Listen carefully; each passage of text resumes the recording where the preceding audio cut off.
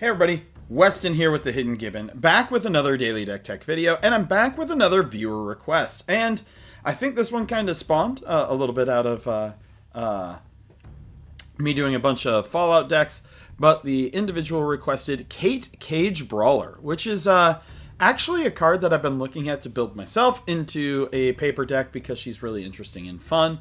So without further ado, let's get straight into it, shall we? So who's Cait? Well, she's a foul-mouthed, Irish accented character and companion from Fallout 4, but more importantly for Magic, she's a 1/1 for 1 red and 1 green. And as long as it's your turn, Cait Cage Brawler has Indestructible. And whenever Cait attacks, you and defending player each draw a card, then discard a card. Put 2 1/1 counters on Cait if you discarded the card with the highest mana value among those cards or tied for the highest. So she's really interesting. We're going to want to pitch stuff to the graveyard and, grow our Cait. So what we're going to have is a bunch of kind of throwaway giant creatures sitting in our deck that we're going to use to discard, and then, ways to Voltron her and pump her up. So let's take a look at how we do that. Well, we're running 20 creatures. Like I said, we have some throwaways here. So we have Ancient Stone Idol. It's a 12/12 for 10. Flash, it costs 1 less for each attacking creature, and Trample. And when it dies, create a 6/12. The likelihood of you playing this is pretty low. So what you're going to do is you're going to draw it during your attack step, and you're going to pitch it to Cait. We have Anger, which is as long as this card is in your graveyard and you control a mountain, creatures you control have haste, so another pitch spell to Cait. Anzrag the Quagmole, this is one of the ones that you might want to actually play. It's whenever he becomes blocked, untap each creature you control. After this combat phase, there's an additional combat phase. And then you can pay a whole whopping 7 mana to make sure that Anzrag gets blocked each combat this turn if able. We got Bronze, so as long as it's in your graveyard and you have a forest, creatures you control have Trample. Pitch this one to Cait as well. Diamond Weapon, it costs 1 less to cast for each permanent card in your graveyard. To be honest with you, this one's equally castable or pitchable, you choose. But it is pretty strong when it's on the battlefield with Reach and prevent all combat damage that would be dealt to Diamond Weapon. So, I personally would probably play this one, but if you're in a pinch and need something to pitch, there you go. We do have Elvish Mystic, Fanatic of Ronus, Lana War Elves, and Birds of Paradise in here for our Mana Dork effects. We have Atali Primal Conqueror. This is another one of those where you can pitch it, but it also has really good value if you choose to play it.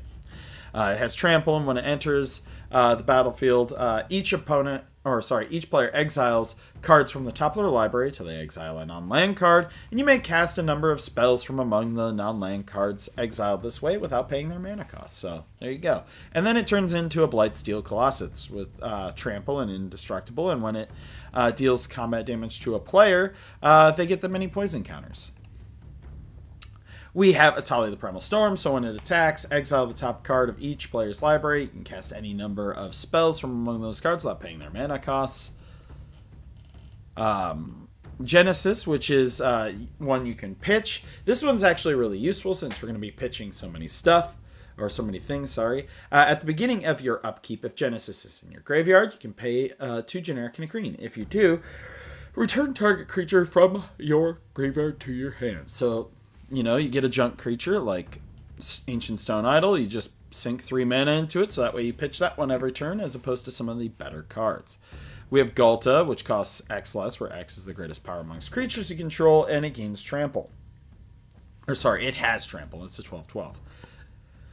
Halana and Elena, partners, 2/3 for 4, First Strike and Reach. And at the beginning of combat on your turn, put X 1/1 counters on another target creature you control, where X is Helena and Elena's power. That creature gains haste until end of turn. We have Hierophant Biotitan. This is another one of those that's going to go straight to the graveyard. It has Frenzied Metabolism. As an additional cost to cast a spell, you may remove any number of 1/1 counters from among creatures you control. The spell costs 2 less. It has Vigilance, Reach, Ward 2, and it can't be blocked by creatures with power 2 or less.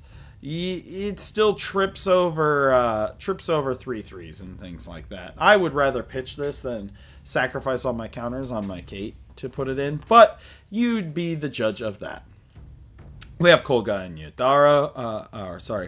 Kogla and Yadaro, also known as Godzilla and King Kong. We have at home. It's a 7/7 for 6, and when it enters the battlefield, choose one, gain trample and haste until end of turn, or it fights target creature you don't control. You can also discard it to destroy up to one target artifact or enchantment. Shuffle it into your library from your graveyard and draw a card. We have a Lumbering Megasloth. This one is from the Fallout set. It is an 8/8 for 12. It costs 1 less for each counter among players and permanents. Trample, and it enters the battlefield tapped. Yes, this one probably could drop out pretty cheap, and if you're in a pinch and need an 8/8, there you go. But it does enter tapped. We have Primeval Protector, which is this spell costs 1 less to cast for each creature your opponents control, and when it enters the battlefield, put a 1/1 counter on each other creature you control. We have Wolfgar. This is also one of those cards that you're going to probably just, pitch to the graveyard. We have Wolfgar of the Icewind Dale. He has melee, which is whenever this creature attacks, it gets +1/+1 until end of turn for each opponent you attack this turn. And if a creature you control attacking would cause a triggered ability of a permanent you control to trigger, that ability triggers an additional time. So this would cause your Cait to trigger twice, so you would draw 1, discard 1, draw 1, discard 1, and then hopefully get 4 counters on your Cait. Then we have Xenagos. As long as your devotion to green and red is less than 7, it's not a creature. And at the beginning of combat on your turn, another target creature you control gains haste and +X until end of turn, where X is that creature's power. Down here in sorceries, we have Beastie Beatdown, which is choose target creature you control and target creature an opponent controls. And it's got Delirium, which is if there are 4 more card types among cards in your graveyard, put 2 1/1 counters on the creature you control. The creature you control deals damage equal to its power to creature an opponent controls. Pretty simple, straightforward, and kind of almost like a fight spell. Blasphemous Act for some removal. Bushwhack is in here. Search your library for a basic land, put it in your hand, or you can have a creature fight. Have her fight. She's a cage brawler. We have Kodama's Reach Cultivate in here for some ramp. We have Regrowth to get a card back to your hand. Rishkars to draw a whole bunch of cards. We have Chandra's Ignition. Target creature you control deals damage equal to its power to each other creature and each opponent. Get your Cait big. Have your Cait just ignite everybody. Last Night Together. Choose 2 target creatures and tap them. Put 2 1/1 counters on each of them. They gain Vigilance and Indestructible Haste till end of turn. After this main phase, there's an additional combat phase. Only the chosen creatures can attack during that combat phase. So put on Cait and one of your other creatures. Then we have Nibelheim of Flame, which is a sorcery for 2 generic and double red. Choose target creature you control. It deals damage equal to its power to each other creature. If this spell was cast from a graveyard, discard your hand and draw 4 cards. It does have flashback of 7. Oh, I put too big score in here. Well, I was going to add an extra land in here. Well, actually, you know what? There we go. Let's see here. We have Beast Within. For removal, we have Big Score for some draw, gets us some treasure. So if you do want to cast one of those big things, you can. Bulk Up, double a creature's power until end of turn. Chaos Warp is an away removal. Entish Restoration for some ramp. Gaia's Gift for protection. It puts a 1/1 counter on it. Gains Trample, Hexproof, Indestructible till end of turn. Heroic Intervention. Permanents you control gain Hexproof and Indestructible. We have Prize Fight, which is target creature you control fights another target creature. Create a creature token, a treasure token. Oh my goodness. Snakeskin Veil, put a 1/1 counter on target creature you control, gains hexproof. So a lot of these protection spells protect our Cait. Tyvar's Stand is in there as well for it. Same with Tamio's Safekeeping. We have Strength of Will in here, which is until end of turn, target creature you control gains indestructible. And whenever this creature is dealt damage, put that many 1/1 counters on it. We have the Last Agni Kai, so you can have her fight, and then you add that red mana, equal to the excess damage, and until end of turn you don't lose mana. This is another way to probably cast one of those giant things, if you so choose. We have Thrill of Possibility, discard draw, Unexpected Windfall, which is, discard draw, create 2 treasures, and then Untimely Malfunction, destroy target artifact. Change the target of target spell or ability, or 1 or 2 creatures can't block this turn. Artifacts. Basilisk Collar to give some lifelink and death touch. Pip-Boy 3000, so whenever a creature attacks, choose one. Draw a card, then discard a card. Put a 1/1 counter on that creature. Untap up to 2 target lands. Pretty simple, straightforward. We have Bone Sabers, which is whenever the equipped creature attacks, put 4 1/1 counters on it, get her big. Lightning Greaves and Swiftfoot Boots to give some protection. Monument to Endurance, which has spiked in cost thanks to Standard, which is whenever you discard a card, choose one that hasn't been chosen this turn, draw a card, create a treasure token, or each opponent loses 3 life. Ozolith the Shattered Spire. If one or more 1/1 counters would be put on an artifact or creature you control, that many plus 1/1 counters are put on it instead, and then you can pay 2 to put 1, in other words 2 1/1 counters on an artifact or creature you control. You can also cycle it. Don't cycle it unless you're really desperate. Power Fist is in here whenever the equipped creature has trample, and whenever it deals combat damage to a player, put that many 1/1 counters on it. Soul Ring, which I just added because I'm dumb. And then we have enchantments. So there are. I know turtles bad, friends. I know. I hear the sentiment out there, but turtles cards good in these situations here. So these are upcoming turtles cards. High score. If one or more 1/1 counters will be put on a creature you control, put that many plus 1/1 counters on are put on instead. And at the beginning of your end step, draw a card if you control a creature with the greatest power amongst creatures on the battlefield. That's pretty good for this deck.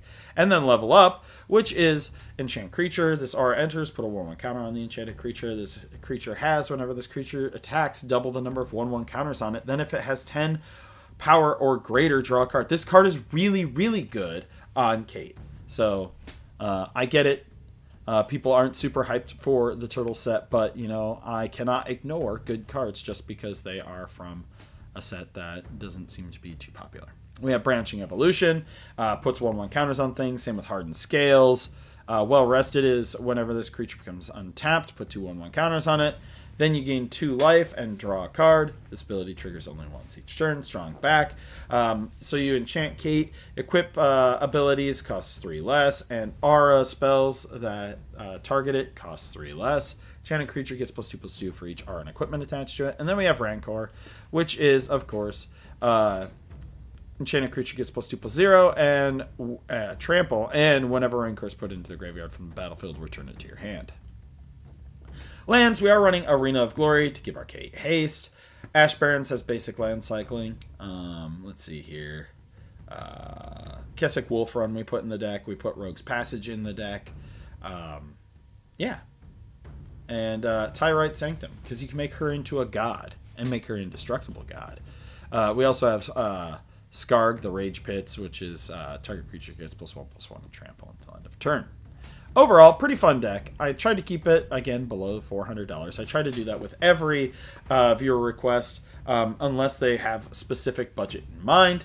Let me know what you think of Cait in the comments down below. I think she's a fun, straightforward commander. I really like the flavor on her. She's one of my favorite companions in Fallout 4. But let me know what you think in the comments down below. As always, I'm Weston with the Hidden Gibbon, and I hope you all have a wonderful day.